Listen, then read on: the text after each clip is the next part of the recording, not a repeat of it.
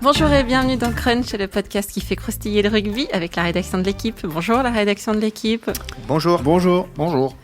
Cette semaine, on va parler des éliminés, on va parler du Racing et de sa saison ratée, se demander si tout ça ne sentirait pas la fin de cycle, puis on parlera des qualifiés et on se demandera si les qualifs de La Rochelle et du Loup sont des bonnes nouvelles pour leurs adversaires, respectivement le Stade Toulousain et Clermont. Et on terminera par le fameux Access Match qui a vu la victoire de Brive en se demandant si c'est pas joué d'avance entre le finaliste de Pro D2 et le 13e de Top 14. On parle de tout ça avec les journalistes de la rubrique rugby de l'équipe. Aujourd'hui, Frédéric Bernès, salut Fred. Salut. Clément Dossin, salut Clem. Salut Cricri. Et Arnaud Requena, hello Arnaud. Bonjour Christelle. Vous savez tout, alors c'est parti, flexion liée jeu. Alors le Racing est KO, à côté, tous ses idéaux, des mots abîmés. Il lui faut une âme qui pourra l'aider après cette saison désenchantée. Parce que samedi à Colombes, pour cause de concert de Mylène Farmer dans son aréna, le Racing a perdu son... Ah, c'était Mylène Farmer là. Pardon. Tu veux que je refasse pour être Non, sûr ? ça y est, maintenant que tu me le dis... Moi j'hésitais avec Jeanne Masse. C'est évident. Ouais, effectivement, maintenant, ouais. Non, mais c'est- Michel Sardou. Est-ce qu'on peut virer cette personne tout de suite ? Sécurité. Le Racing a donc perdu son deuxième quart de finale de la saison. On peut dire que c'était une sorte de quart de finale, même si ça ne s'appelle pas comme ça. On s'était demandé ici même si après sa défaite en Champions Cup contre Toulouse, les Franciliens allaient pouvoir redresser la barre. On y a cru un petit moment, finalement non. Ils se sont inclinés 19-13 contre La Rochelle, à qui ils avaient quand même mis 50 points en mars. Ça se termine complètement en eau de boudin pour le duo travers la bite, qui n'est d'ailleurs plus un duo, puisque la moitié du duo a accepté de rejoindre tout seul le staff de l'équipe de France. Fred, toi qui suis le Racing depuis que t'étais dans le lait, on peut dire. Cette saison montre que, je sais pas, que le Racing est au bout de quelque chose, tu penses ? Ça donne cette impression-là. Oui, effectivement, parce que... Alors après, moi, je ferais remonter, j'ai pensé un peu tard, mais je ferais remonter la cassure, pas forcément au quart de Coupe d'Europe contre Toulouse, mais peut-être à la finale de Bilbao l'année dernière, en fait. Je pense c'est là qu'ils ont été le plus proches de ce qu'ils veulent vraiment décrocher depuis 2-3 ans, c'est-à-dire un titre de champion d'Europe. Ils perdent de rien contre le Leinster. Derrière, ils ont perdu tout leur match éliminatoire, en fait. Ils ont perdu contre Castres en demi-finale du championnat et ils ont perdu les 2 quarts de finale cette saison. Je pense que la vraie cassure, elle est là. Il s'est passé quelque chose à ce moment-là dans ce groupe.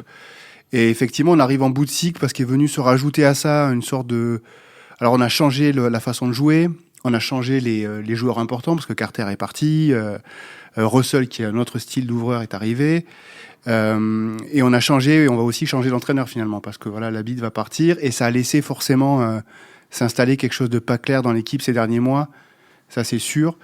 T'as donc senti, toi, au quotidien Alors, pas forcément au quotidien, parce que on a peu accès au quotidien, quelque part, déjà, des équipes, mais le peu de choses qu'on peut voir aux entraînements, je pense que ça allait, franchement, il n'y avait pas de mauvaise humeur, il y avait pas de... Quand on voyait les joueurs individuellement aussi, ils avaient l'air tout à fait tranquilles de ce côté-là. Je pense que ça a cassé quelque chose dans le staff, dans le management, en fait, et dans des idées de jeu. C'est-à-dire que ce qu'on sait par contre, c'est qu'ils ont beaucoup travaillé toute la saison sur ce nouveau jeu très dynamique, très spectaculaire, et qu'en fin de saison, ils se sont demandé s'il fallait pas revenir à plus de dureté devant et tout ça, mais c'était un peu trop tard en fait, parce qu'ils avaient fait travailler les avants d'une certaine façon toute l'année, et c'était trop tard en fait. Donc ils savaient plus trop à la fin sur comment jouer quoi en fait. Et c'est ce qu'on a senti sur le match de vendredi. Arnaud, toi, la saison du Racing, elle t'inspire quoi ? J'aurais dit la même chose que Fred en premier. C'était la finale de Bilbao l'année dernière. Moi, je pense que c'est là qu'ils ont commencé à... Après, ils auraient réussi, on dirait bravo, mais des entraîneurs qui font 6 ans, des joueurs, c'est presque toujours les mêmes. Il n'y a pas eu beaucoup de renouvellement. Et vraiment, ils sont tombés quand même de haut l'année dernière. Comme dit Fred, en finale de Coupe d'Europe où c'était vraiment l'épreuve qui ciblait. Puis après, moi j'ai envie de vous dire, puis même si vous ne voulez pas entendre, je vais vous le dire, le Racing, il a cravaché pour se qualifier. Il y était pas, il n'a jamais été dominant cette saison. Jamais. Et encore, il a gagné à la première journée à Toulon. S'il n'avait pas gagné à l'extérieur la première journée, il se serait traîné toute la saison un peu plus loin. Bon, il n'a pas été dominant. Ben, quand vous n'êtes pas dominant, vous jouez un barrage, vous tombez sur La Rochelle qui défend bien, vous perdez. C'est pas une question de honte ou pas d'honte, mais c'est assez logique. Logique. C'est complètement ça en fait. C'est tout à fait logique en fait. Ils pouvaient pas. Enfin, le jeu du Racing cette année et leur régularité en fait, parce que quand ils faisaient un bon match, il n'était jamais suivi de notre gros match derrière, quoi. C'était souvent des coups comme ça. Beaucoup perdre à la maison, gagner quand même à l'extérieur, mais pas non plus chez les gros. Quelque part, jamais trop, en fait. Un match nul à Clermont. À Montpellier, c'était quand Montpellier allait pas bien. Toulon, c'était début de saison. Donc voilà, on sentait que cette équipe-là, elle avait pas un coffre énorme, quoi. Ouais, moi, enfin, je suis d'accord avec eux. Je nuancerais quand même le propos sur le fait que, bon, évidemment, il y a Bilbao, d'accord, mais il y a un début de saison qui est loin d'être honteux, et si je me trompe, il y a quand même une phase de poule de Coupe d'Europe qui est assez convaincante. Alors, le début. Qui cache aussi quelques difficultés. C'est-à-dire que on a vu beaucoup de gros scores, des 40-30, des choses en genre là, ce qui voulait dire que c'était une équipe qui encaissait beaucoup de points. Et ça, Fred l'avait souligné à plusieurs reprises. La défense du Racing était problématique dès le début de saison. Et quand même, malgré tout, on m'enlèvera pas de la tête que ce coup d'arrêt sur le quart de finale de Coupe d'Europe fait très très mal contre Toulouse, parce que jusqu'à ce moment-là, bon, voilà, on sent une équipe qui est dans son tableau de marche, qui certes galère un petit peu en top 14, mais qui a son quart à domicile, ce qui est déjà une performance en soi. Et si elle passe ce match-là, elle reçoit une demi aussi à domicile. Bref, on va pas refaire l'histoire, on sait pas ce qui se serait passé, mais bon, jusqu'à ce moment-là, voilà, ils sont dans les clous qui se sont fixés. Là, ils prennent une première énorme claque. Et puis, il récupère un Russell qui, après le tournoi, qui met plus un pied devant l'autre. Et puis voilà, après, c'est effectivement, il y a tout ça qui vient s'ajouter. Merci la Fédération française de rugby, quand même. Je pense que Jackie Lorenzetti, aujourd'hui, peut avoir quelques griefs envers Bernard Laporte et la gouvernance fédérale pour le boxon, pour rester poli. Oui, mais non, parce que si l'Habit avait dit non, tout de suite. Effectivement. Si l'Habit dit non, c'est fini, hein. Il n'y a plus rien. Mais bon, je pense que malgré tout, avait dit oui, l'Habit n'aurait jamais été interrogé. Aussi. Bref, mais malgré tout, je pense que tout ça a créé du remous dans ce club-là, plus que les autres, parce que ailleurs on est allé chercher des adjoints. Guézal à Lyon, Servat à Toulouse, etc. Là, on est allé chercher le binôme de travers, dont on peut penser que sur ce qui est du jeu, peut-être c'est peut-être pas le numéro 1 sur le management et tout ça, mais sur ce qui est du jeu, c'est quand même quelqu'un qui terrain, est, voilà. Et le travers est plus le manager un peu. Et donc effectivement, peut-être qu'au quotidien ça se ressentait pas, mais qu'on le veuille ou non, enfin moi on m'enlèvera pas de la tête que ça a pesé à un moment ou à un autre dans le déroulé des dernières semaines, et notamment de la semaine qui a précédé le barrage. Fred a sorti un excellent papier en milieu de semaine dernière pour expliquer un peu les dessous de ce divorce, dont on sait qu'il a été très mal vécu. Et donc, ça ne peut pas ne pas rejaillir à un moment ou à un autre dans la relation qu'avaient ces deux mecs, et par conséquent dégouliner, ruisseler un peu sur l'ensemble de l'équipe, je pense. Alors je suis d'accord pour le ruissellement. Après, il ne faut pas exonérer non plus les joueurs. À un moment donné, il y a les joueurs, c'est des joueurs de haut niveau, c'est des internationaux, on est au Racing. Et là, il y a quand même une accumulation de faillites individuelles. Pas pour les mêmes raisons, en fait, mais Russell est pas bon depuis des mois. Moi, je pensais vraiment qu'il allait se refaire sur ses phases finales. Bon, il a complètement raté son match. Machno, depuis ce retour de blessure, il n'est pas revenu.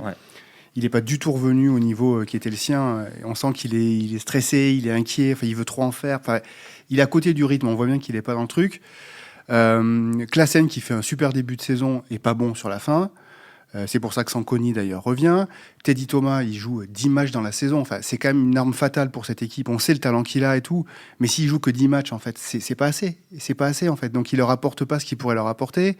Zebo, pas bon depuis 3-4 mois. Lent, pas du tout tranchant. Il y a quand même beaucoup de choses comme ça.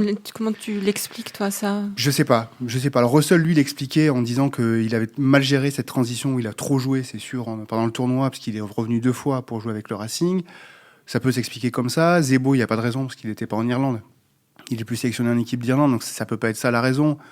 Je sais pas ce qui s'est passé, mais il y a des Ryan blessé, trop blessé, alors que c'est un joueur important. Il fait une saison énorme l'année dernière. Cette année, il leur manque beaucoup.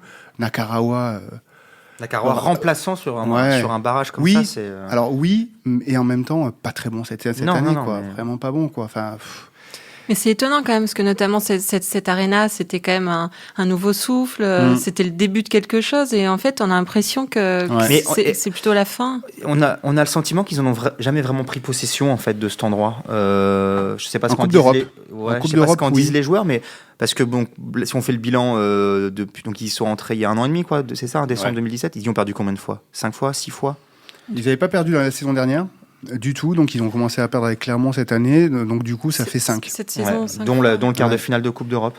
Et le sixième, ça fait beaucoup, c'est-à-dire que c'est pas un endroit dont ils ont réussi à faire une forteresse qui pourrait faire penser les équipes quand elles y viennent que bon, peut-être qu'on va les faire tourner parce que de toute façon on va en prendre 40. Et non, les équipes qui sont venues, même Grenoble aurait dû y gagner à un moment dans la saison, c'est dire, alors qu'ils n'ont pas gagné un match à l'extérieur. Donc voilà, c'est tout. Montpellier aurait dû y gagner aussi. Montpellier aurait dû y gagner, exact, sans laisser à la dernière minute.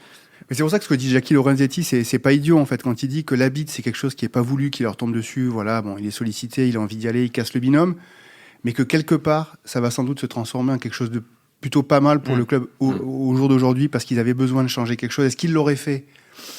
Je crois qu'ils avaient un peu envie de changer des trucs, mais casser le binôme, c'était compliqué. Ils avaient encore 2 ans de contrat. Là, ils vont être obligés de changer quelque chose et de remettre un petit peu de fraîcheur. Prendergast arrive avec des idées nouvelles sans doute. Voilà, il va falloir prendre un nouveau départ avec la Coupe du Monde qui va aussi leur poser d'autres problèmes parce que Russell sera pas là. Trenduc, ça a l'air compliqué de le faire venir de Toulon. Enfin, je sais pas. Le début de saison va être intéressant de voir comment ils rebondissent après tout ça, quoi. Arnaud, toi, tu penses que c'est une question de lassitude, un peu de fin de cycle, vraiment? Ouais, fin de cycle, plutôt, ouais. Moi, je trouve franchement que 6 ans pour des entraîneurs, c'est beaucoup, déjà. Donc, et surtout, quand vous fonctionnez, il n'y a personne qui fonctionne comme ça ailleurs, quoi, avec 2 à égalité. Moi, je me suis même posé la question de savoir s'ils n'allaient pas remplacer Travers après la défaite en barrage.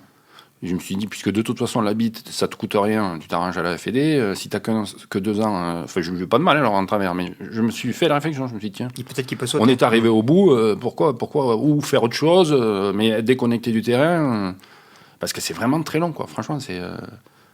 Mais il sera quand même déconnecté du terrain plus qu'il était plus trop terrain, c'était plutôt la bite, l'homme de terrain des deux, mais là, il va être encore au-dessus, avec Mazoé, Noriega pour les avants.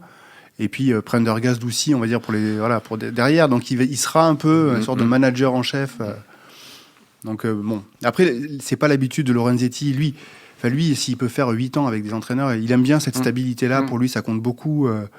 Donc il était parti sur un long bail avec eux. L'idée, c'était que même il soit prolongé jusqu'en 2023. C'était ce qui était dans les tuyaux là. Donc c'était encore parti pour 2 ans encore plus loin, quoi. C'est quoi le recrutement, grosso modo, là, donc l'année prochaine? On sait qu'il y a Trenduc pas qui beaucoup, arrive. c'est un recrutement 100% GIF, ça c'était voulu, avec Tanga, donc le jeune 3e ligne à Genève, Trenduc qui est censé arriver, il y a Alios qui est un pilier droit grenoblois, il doit y avoir un talonneur qui joue en Pro D2, je pense à Soyou Angoulême, j'ai plus son nom en tête, je crois que ça s'arrête à donc ça. On n'est pas dans le recrutement vedette, entre guillemets. Non, moi j'ai toujours un doute sur un mec devant qui leur manque en fait, et notamment en 3e ligne. Ils ont eu Mazoé. Ils récupèrent pas le 8 qui a été prêté à Brive, là, qui a fait un gros match face à Osso, je suis pas sûr. Ouais. Il était très décevant au Racing. Je pense qu'il leur manque peut-être un 8 ou un 3e ligne, voilà, comme Keino peut être, comme Vito a pu être avec La Rochelle. Un papa un peu. Ouais. Je pense ils vont pas recruter ça. Ils vont faire confiance à Joseph et à Tanga, je pense. Ils voulaient Kieran Reed, ça s'est pas fait. Ça, c'était une possibilité qui était intéressante. Ça s'est pas fait, donc ils vont partir avec des joueurs comme ça. Il y a beaucoup de qualité dans cet effectif. Ce qui manque vraiment, là, on sent, c'est du liant, c'est un peu d'enthousiasme. Moi, je les ai trouvés beaucoup moins pétillants là, à la fin. Ça jouait. Ils se faisaient des passes, mais on sentait pas de. Ils se sont engueulés entre eux très vite dans le barrage là, sur le terrain. On sentait que c'était pas la grande joie. Et tu sais ce qui va se passer maintenant, s'il y a des réunions de prévues, des choses comme ça, ou si c'est la fin, on s'en va, la saison est terminée? Il y a un barbecue qui est prévu. Je crois que c'est Mylène Farmer qui fait les merguez. Je crois. Et c'est Jackie qui annonce à 12 mecs que leur contrat prend fin immédiatement. Parce que le Racing a-t-il du cœur? Oui, la question. Il a du cœur. Mais pas de supporters. Je ne sais pas. Et donc oui, il y a un barbecue, il y a un séminaire surtout qui est prévu mercredi avec tout le nouvel état-major, Lorenzetti. Et donc là, il y a une sorte de réunion d'idées un peu qui doit surgir. Ça va être intéressant, je pense, pour recommencer quelque chose. ça va être déjà très intéressant de savoir sur quel jeu ils vont partir, parce que est-ce que Prendergast, qui est plutôt un entraîneur qui est offensif, il l'a fait avec Grenoble, au Stade Français, j'ai l'impression qu'il n'a pas pu mettre en place ce qu'il aurait peut-être voulu, mais c'est un entraîneur qui aime bien faire jouer ses équipes, donc voir si Travers va être OK pour ça, pour repartir sur un jeu comme ça va être intéressant de savoir ça. On va passer au deuxième thème. Le week-end prochain à Bordeaux, les cafetiers seront les plus heureux du monde, puisque l'équivalent de 1600 piscines olympiques de bière seront bues lors des demi-finales de Top 14. Elles se jouent au stade romantiquement nommé Matmut Atlantique. Samedi et dimanche, elles opposeront Toulouse à La Rochelle et Clermont au Loup. Pas vraiment les favoris qu'on attendait, en fait. Peut-être qu'Arnaud me dira le contraire. On attendait plutôt le Racing et surtout Montpellier, qui faisait son rouleau compresseur depuis des semaines et qui semblait parfaitement inarrêtable. D'aucuns prédisaient même une finale Toulouse-Montpellier. Clément, tu connais quelqu'un ? Je vois pas de qui tu parles. Finalement, non. Le MHR a rompu à Lyon, 21-16. Le Racing a laissé filer La Rochelle en demi. Arnaud, c'est des bonnes nouvelles, tu penses, pour Toulouse et Clermont de prendre La Rochelle et le Loup plutôt que le Racing et Montpellier ? On le saura après. Effectivement. On le saura après. Non, mais c'est pas une... Non, mais le mec, il se mouille pas, ça, c'est sûr, il risque pas de... C'est rigolo parce qu'il y a un truc qui échappe à peu près tout le monde. On dit c'est des demi-finales surprises. Oui. Il y a une équipe sur les 4 qui était déjà là l'année dernière, c'est le Loup. Donc, et qui a fini troisième. Pourquoi ce serait une mauvaise surprise une bonne surprise que d'affronter le Loup. Après, moi, je reviens sur le Racing qui n'était pas il y a eu un championnat moyen, quoi. Il y a eu beaucoup d'équipes qui se serraient, mais il n'y avait pas d'équipe dominante. La Rochelle s'est qualifiée le dernier jour en mettant 80 points aux fantômes. C'était même pas des fantômes, c'était des squelettes de Bordelais. C'était horrible, c'était à montrer à personne. Donc au moins, ils se sont pas crevés la paillasse. Là, ils ont pu jouer les Rochelais. Après, les Rochelais et les Lousiens, les Lyonnais, ils ont un truc pour eux. C'est ces deux équipes qui ont joué leur première demi-finale l'année dernière, il y a 2 ans, et les deux sont passés complètement à côté parce qu'à les écouter, c'était des bisutes, ils ne savaient pas comment s'y prendre. La Rochelle a fait une connerie sans nom. C'est le jour de sa demi-finale contre Toulon de changer de jeu, ce qui n'existe pas. Quand vous jouez d'une façon toute la saison, si vous changez en demi-finale, ça ne marche pas, quoi. Et le Loup, Pierre Minuit disait, on a manqué un peu de tout, et à l'arrivée, ça fait beaucoup. Quand tu manques un peu de tout en demi-finale, à l'arrivée, tu as 40 points. Et il dit, là, je pense que ça ira mieux, mais il faut voir, quoi. Moi, pour répondre à ta question, Christelle, je dirais oui et non. C'est une excellente nouvelle, je pense, pour Clermont. Et non, c'est une très mauvaise nouvelle pour Toulouse. Je m'explique, je suis pas d'accord. Je pense que Clermont avait tout à craindre de rejouer Montpellier. Après ce qui s'est passé, c'est pour ça d'ailleurs que je voyais Montpellier aller jusqu'en finale. C'est-à-dire que s'ils passaient le Loup, je les voyais taper Clermont dans la foulée. Parce que Clermont, contrairement à ce qu'on peut dire, c'est un énorme paquet d'avant. Ils ont ajouté beaucoup de rudesse à leur jeu. Et les seuls, peut-être pas les seuls, mais je voyais bien Montpellier, rivaliser dans cette dimension-là, les embêter et avoir pris un petit ascendant psychologique il y a 15 jours. Donc, jouer le Loup, attention, je dis pas que ça va être facile, mais je vois quand même Clermont avec une petite longueur d'avance sur le Loup, de par l'expérience de ces moments-là et tout, je pense qu'ils sont devant. En revanche, je pense que pour Toulouse, c'est une mauvaise nouvelle, parce que je crois que Toulouse n'avait pas grand-chose à craindre du Racing. Et je pense qu'ils ont un peu plus à craindre de ces Rochelais-là. Le Racing, ils en avaient pris la mesure. Le quart de finale de Coupe d'Europe l'avait montré.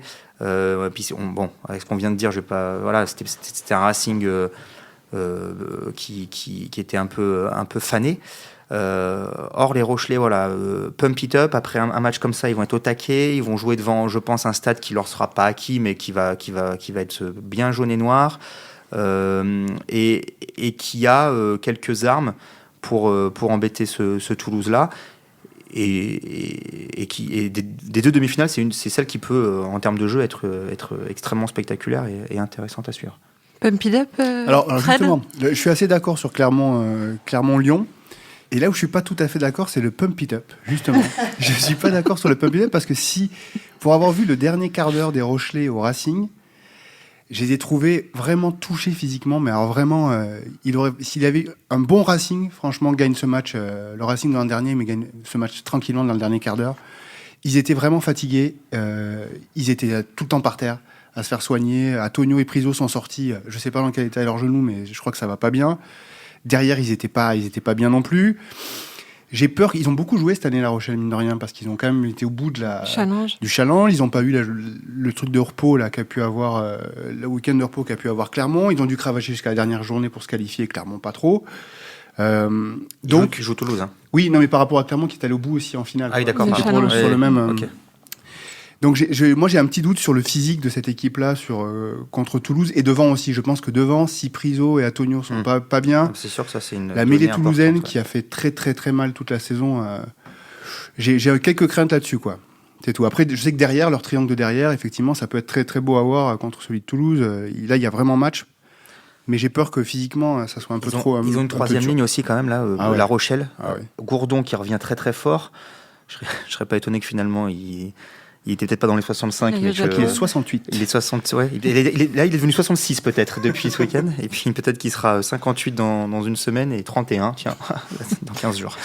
Gourdon, Aldrit, Liebenberg. Liebenberg, drôle de joueur qui arrive en cours de saison prêté, ou libéré par Montpellier, que notre partenaire Opta place dans son équipe type de la saison si on ne se fie que aux stats, et qui est un drôle de client. Et c'est même à se demander s'ils ont intérêt à réinjecter Vito là-dedans, ou alors à le garder en super remplaçant, pourquoi pas, parce qu'il est un peu touché à l'épaule. Mais donc, ouais, je pense qu'ils ont des armes quand même pour embêter Toulouse. Oui, moi j'allais situer au niveau de la troisième ligne. Et puis du pack. La Rochelle, c'est d'abord un gros pack. Il y a Sazi qui fait le sale boulot, il y a Antonio, Priso, t'as Joly, Pelot, enfin t'as des clients. Le Grand Jolmes. T'as le Grand Jolmes, t'as un très bon alignement en touche, ils sont extrêmement bons en touche. C'est la meilleure mêlée du top 14. C'est la meilleure mêlée du top 14, et ils ont des troisième lignes effectivement qui sont... Encore faut-il être frais physiquement. Oui, mais c'est sûr en même temps, il tourne. Alors, on peut avoir des craintes pour Gourdon, parce que lui, depuis qu'il est revenu en forme, il aligne les matchs, il doit être à 6 ou 7 titularisations, ce qui est beaucoup. Et s'il va en finale, ça fera vraiment énormément. Ouais, enfin, il n'a pas été débordé sur la première partie de saison non plus. Donc, Oui, mais bon, là, c'est la fin de saison, tu enchaînes. Les autres, ils ont moins... ils tournent davantage. Liebenberg, il peut tourner avec, comment il s'appelait, le Hollandais volant. Kieft. Moi je trouve qu'ils ont c'est plus moi je trouve que franchement ils ont plus du matos devant que derrière quoi. S'ils avancent devant, après ils ont une équipe à ramener des ballons. Mouri Valou, tu sais qu'il va relancer. Ratez, Retière. Ouais. Après j'ai pas fait mes devoirs avant de venir. Je suis désolé Christelle, j'aurais dû. Pas possible. Je sais pas depuis quand je veux dire la dernière finale ayant opposé le numéro 1 au numéro 2 de la saison. Vous avez ça en tête? Il y a quand même souvent, ces dernières saisons, un barragiste qui s'invite en finale. Et souvent, ce barragiste qui s'invite en finale, c'est parce qu'il a gagné son barrage à l'extérieur. Castres l'a fait. Et donc, je vois bien La Rochelle dans ce profil-là, justement. Voilà, une équipe qui pump it up, qui portée par ce... pump it up. Voilà, qui portée par ce souffle d'un barrage gagné à l'extérieur, de passer d'une position d'outsider malgré tout la semaine dernière, peut surfer sur la vague. Quoi. Je peux dire un truc, c'est que je trouve que le Loup est meilleur que La Rochelle. Mais ça, peut-être. Beaucoup plus dangereux, beaucoup plus complet. Beaucoup plus complet avec Liam Gill il se balade dans les rues, qui regarde à droite, à gauche, il prend le ballon. Fouri, parce que la troisième ligne de Lyon, c'est quelque chose aussi. Fouri fait pareil, voilà. Puricelli, s'il faut prendre le premier ballon en touche ou le dernier à la prolongation, il le prendra. Crétin sur le banc, qui est un super Crétin et Vigneski qui fait du Vigneski, c'est-à-dire propre, qui met tout au pied et qui. Tiens, lui aussi, il est passé de 72 à 66 kilos. Non. T'as Boxis, non, ils ont des mecs d'expérience, quoi. Ils ont des joueurs d'expérience. Là, il y a Delon Armitage qui rejoue depuis quelques matchs, qui sait ce que c'est que de gagner des finales, Palisson, qu'on a perdu de vue depuis quelques temps, mais Palisson, il joue tous les matchs. Ils ont Nakaitasi qui fait une grosse saison. Ngatai. Non, mais Reza Descours, ça veut dire qu'on est tous en train de dire là que ça va être une finale Lyon-La Rochelle. Non, mais c'est pas. Ça risque d'être deux belles demi-finales. C'est des vraies équipes, quoi. C'est des vraies équipes qui font leur jeu. C'est pas que de la destruction, ils font leur jeu, quoi. Plus des équipes, plus Lyon en contre, je trouve, mais.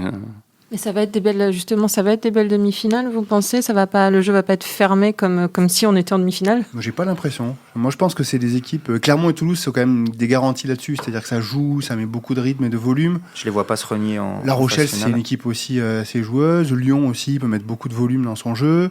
De plus en plus, en tout cas. Par rapport à l'année dernière, c'est plus.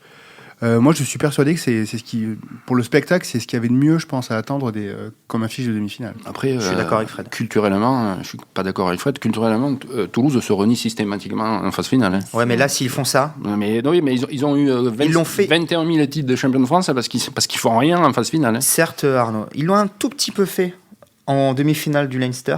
Et je serais Dans curieux- la compo. Dans la déjà. compo. C'est à ça que je voulais venir. En privilégiant, en mettant Kroos de côté et en privilégiant une troisième ligne de Golgoth avec Tekori notamment. Je serais curieux si on reposait la question à Mola aujourd'hui, si c'était à le refaire, est-ce que referait. tu referais le même choix? Je sais pas, peut-être que oui, hein. Mais non, s'ils font, enfin, j'espère que non, quoi. Bon, de toute façon, après, quel que soit leur compo, c'est une équipe qui, je veux dire, c'est dans son ADN. Guitoun, il va pas se mettre à jouer 15 ballons au pied sur 16, hein, donc pareil. Sauf pour si tu lui Colby. dis qu'il est sûr d'être champion, Mais ouais, non, mais je pense pas. comme Je pense ses pas. prédécesseurs. Je pense pas. Après, ça dépendra évidemment beaucoup du scénario du match ou des matchs. Voilà, on verra comment ça se déroule. Si à un moment Toulouse est contraint de gérer, peut-être qu'il le fera. Mais ouais, non, pitié. J'espère qu'on pourra voir ce qu'on a vu d'eux sur toute la saison régulière. Après, il faut pas s'attendre à un 37-35 comme en finale du championnat d'Angleterre. D'ailleurs, je l'ai pas vu. Si vous avez une cassette vidéo, je suis preneur. Parce qu'il paraît que c'était quelque chose. Mais ça peut être. Je pense qu'on va autant les deux barrages étaient des matchs fermés, étouffants. C'est quand même en barrage souvent un petit peu le cas. Là, il n'y a plus cette notion domicile extérieur. Tout le monde est dans un stade unique. Il y a une grande fête en tribune. J'ai toujours l'impression que les demi-finales c'est autre chose quand même par rapport au barrage. Très bien, on dit quelques mots sur l'Access Match. C'est la deuxième saison que cette formule a été adoptée, hein, à savoir une finale entre les deux premiers de Pro D2, dont le perdant affronte le 13e du top 14 à domicile pour lui prendre sa place, en résumé. Pour la Bon résumé. Pour la deuxième fois, c'est le club de Pro D2 qui l'emporte. La Brive a battu Grenoble 28-22. Du coup, on est tenté de se demander si ça risque de toujours se passer comme ça, non, Clément ? C'est Stéphane Glas qui apparemment disait hier il va falloir attendre quelques années pour en tirer des conclusions. Voilà, il faut quand on fait des stats, on peut pas se baser sur deux précédents. Donc on verra dans 10 ans si ça existe encore d'ailleurs. Mais effectivement, il y a quand même, je trouve, un petit biais dans cette programmation de par le fait que d'abord ce soit l'équipe de Pro D2 qui reçoive.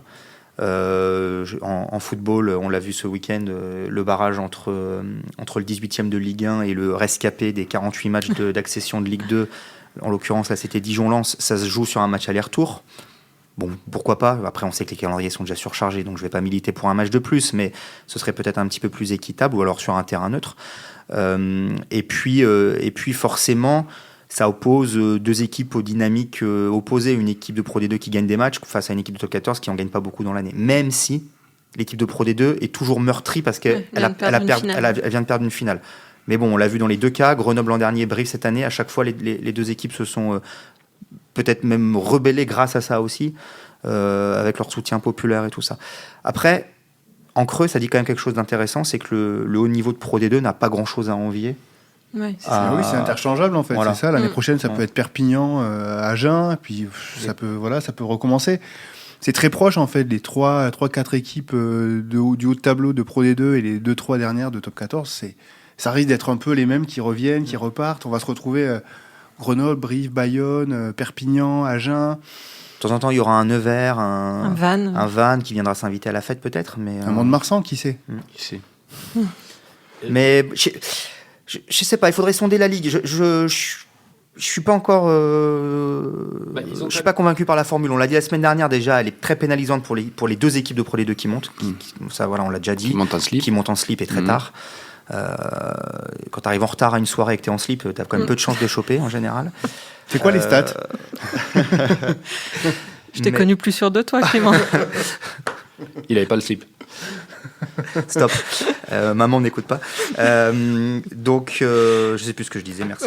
L'Access Match, toi, c'est ta cam, Non, Arnaud c'est pas ma cam, mais la Pro D2, elle s'est tellement fait empapaouter par ce règlement que on va quand même pas reprocher au mec qui s'est fadé ou des barrages, ou une demi, ou une finale de Pro D2 et qui a perdu, de recevoir. Parce que c'est déjà un chemin de croix pour monter, on va le répéter, en slip. Si en plus il fallait lui imposer d'être en string. Non, mais je veux dire, c'est. Et après, je suis pas très sûr que le haut niveau. Après, ce qu'il fait, c'est le larron, quoi, qui se trouve là. Il y a Grenoble, ils sont mauvais comme des cochons toute la saison. Il y a aucune raison qu'ils se réveillent. Et les autres, ils sont un peu effectivement sur la phase à se dire bon, mais si on monte pas, c'est pas très très grave. Mais si on monte, ça c'est parfait. Mais on les a tellement farcis avec ce règlement que tant mieux que ça continue pendant 20 ans. D'accord. Et qu'on laisse monter des équipes qui n'ont rien à voir là. Tant mieux. Tant mieux. Puisque c'est ce qu'on veut. Peut-être, toi, tu préférerais qu'on ferme carrément. Mais déjà qu'on fasse monter une équipe. Il y a le 14e, il descend. Ben, le premier, il monte. Voilà. Et après, on peut discuter pour le 13e et le 2e. OK. Mais là, c'est aberrant, quoi. Alors, on dit, oui, mais quand le Loup, ils avaient 100 points, ou Yonax, en février ou mars. Mais oui, mais bon. Mais un, ils montaient, et deux, ils pouvaient s'armer. Ils faisaient 2-3 saisons. Le Loup, maintenant, où ils sont. Mais là, c'est du n'importe quoi. Donc, en plus, Bordeaux, on ne va pas leur reprocher de recevoir. Quoi. Bordeaux, La Rochelle, tous ces clubs-là sont montés. Le Loup sont montés. Bon, Oyonnax est redescendu depuis, mais a fait quand même quelques belles saisons de top 14. Sont montés, voilà, effectivement, dans un format qui n'était pas, je l'ai déjà dit la semaine dernière, qui n'était pas inique, qui permettait de s'armer correctement. Ou alors tu fermes. Tu coupes la tête à 2, là, et tu t'arrêtes à 12, et c'est fermé. Voilà. Et du coup, on ferait monter le premier directement de Pro D2 en top 14, mais est-ce qu'il y aurait quand même une finale ? Oui, pourquoi pas ? D'accord, on pourrait faire les deux, ça me va, ouais. Mais ce qui se faisait avant. Ok. Une finale de quoi ? Une finale de Pro D2, en fait. Ah ouais. Une vraie finale, quoi. Une finale sur, voilà, avec un terrain neutre, un bouclier. Qui monterait ou qui jouerait un barrage, pourquoi pas ? D'accord. Mais au moins que t'es le premier qui soit sûr de monter, quoi. Ok. D'accord, je vote pour toi. Mais d'ailleurs, ça a eu des conséquences, juste un petit mot, sur le déroulé de la phase régulière de Pro D2. Parce que les clubs, ils ont compris, ils sont plus bêtes. Ouais, donc ils gèrent. Il y a plus, bien sûr, ils gèrent. Il n'y a plus aucun intérêt à terminer premier.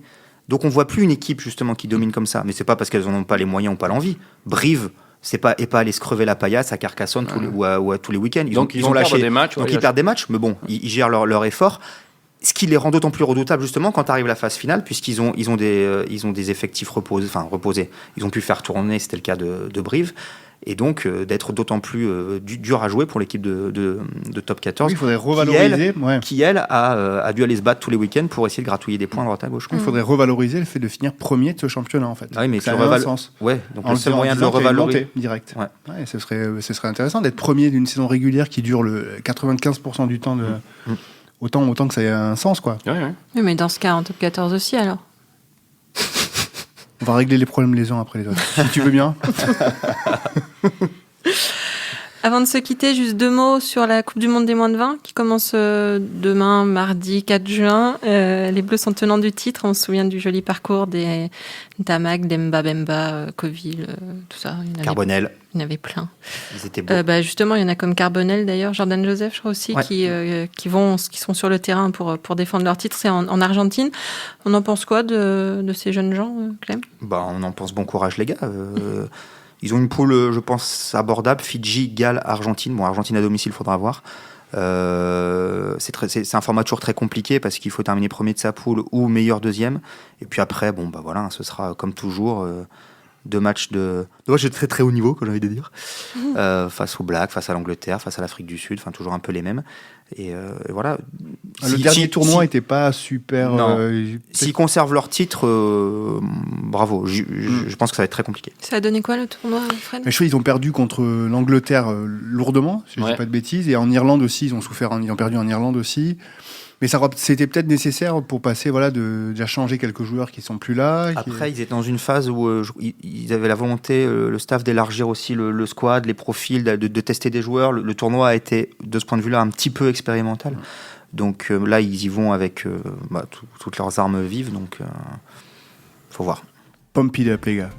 Bonne chance, les gars. Eh bien, merci, méga à moi. C'était Crunch, une émission de la rédaction de l'équipe. Aujourd'hui, j'étais avec Frédéric Bernès, Clément Dessin, Arnaud Requena. Merci à Roland Richard, à la technique, à l'édition, à tout. Retrouvez-nous tous les lundis sur l'équipe.fr, Apple Podcast, SoundCloud. N'hésitez pas à réagir. Laissez-nous des commentaires, mettez-nous des étoiles. À la semaine prochaine.